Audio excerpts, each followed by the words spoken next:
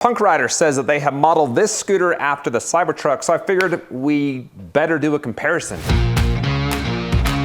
If you don't know who these guys are, they used to be known as Hero Scooters, but it looks like they have separated from whoever they were working with, rebranded, and have now created Punk Rider. The lights on the Cybertruck are one of the most distinguishing features. Let's start with that. Close the gates. I popped it up on my desk so you can see it better, but I am loving the lights. That is pretty awesome. And I think it looks pretty close to the Cybertruck. You have lights coming down the stem and then along the deck, and the deck curves in towards the stem, so it gives this cool effect. And then it curves in the back too, and almost bleeds into the tail light, which goes across the fin, down the other side. Up in the top, you got a very bright headlight just below the handlebars. Now check this out. You have turn signals. Left blinkers on the left, right on the right. When you hit it, the whole side lights up, and it does shut off automatically. That's all the lights, so I'm gonna take it down. And when you lift it up, it's not too bad for a dual motor scooter. That's only 60 pounds. Let's go test out the performance and see if it's anything like the Cybertruck. Betting it will be exactly like the Cybertruck. Well, for a scooter that's modeled after the Cybertruck, it's got to go fast. And 33 miles an hour on the highest speed mode for a $1,300 scooter is pretty dang fast. Most scooters in the same price range are topping out about 25 to 28 miles per hour. Now, how about acceleration? I've heard rumors that Cybertrucks are fairly fast off the line, so let's see what we get with this. Here we go. I did that on purpose because one thing I don't like about this, it doesn't have a zero start option. So you gotta give a little kick. But once you do, it takes off pretty good.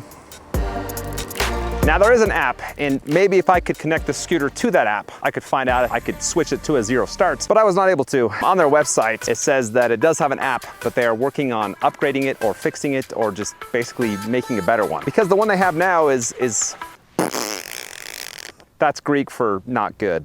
All right, back with the comparison with the Cybertruck. And the next thing I wanna do is test out the bulletproof capability of the tires. The Punk scooter has puncture-resistant, self-healing tires. I've got a nasty field of weeds behind me, so let's go test them out.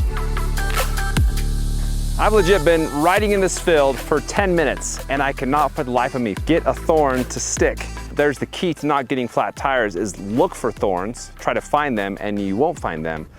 That's a life hack for you. I'm gonna keep on riding, and we'll let you know if the tires go flat. Well, it's been about 15 minutes and the tires are looking good. So I think we got bulletproof tires. Now, how about brakes? The Cybertruck has Regen brakes, and when you hit the brakes on a Cybertruck, it looks pretty dang cool. So how does it look on the Punk scooter?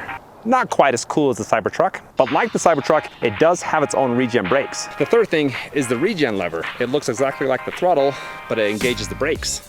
Now, when I just used the Regen lever, which I'm gonna do now, oh, that is not that powerful. They could have definitely used a little bit more power in the Regen lever. I was only going 15 miles an hour and it took me 35 feet to stop. I think the Regen brakes on the Cybertruck are just a little bit more powerful. I'm gonna go back up the trail, hit that same section with the same speed, this time using the drum brakes. Oh, that's much better. One of the best things about those brakes is they are very easy to adjust. So just for example, I'm gonna tighten this up by turning this right.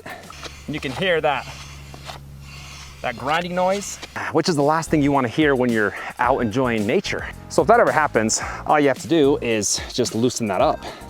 Oh yeah, quiet as a mouse. Now, one thing these guys definitely don't have to fix is the suspension. You got swing arm suspension. They call it rubber suspension. Just sounds smooth and quiet. That is pretty smooth. I am bottoming out, but you got some good travel before you do. That's the only time I've bottomed out in the 2 weeks I've been riding this. These guys have done a very nice job on the suspension. That's a good workout. Well, let's talk about range for a second. Oh, little baby deer over there.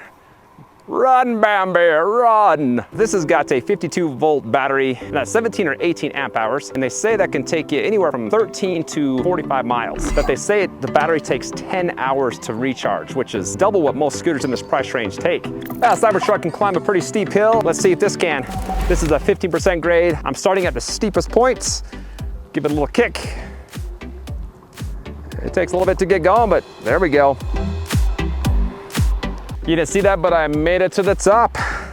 Online, they say the scooter's rated up to a 20% grade. Now, the last thing I want to talk about as far as performance is just the ride and the feel. which feels so good for a $1,300 scooter. You also have a wide grip. I like the height of the handlebars. The deck's a little bit short, but the fin is at a low angle, and so if I do want a little bit more room, it's not uncomfortable to put my rear foot on it. Overall, it's just got a great feel. Okay guys, so how do you think the Punk Pro compared to the Cybertruck? Was it basically just straight across, or was it unbalanced? Of course, it was unbalanced. It's a Cybertruck we're talking about. I actually really like this. I think it's a great scooter for $1,300. I'm excited to see what these guys come up with as they walked away from Hero and they've entered the Punks era. Now, if you want to check out those Hero scooters, I've done a couple reviews, which I'll have on the screen, so go check those out. As always, thanks for watching and take care.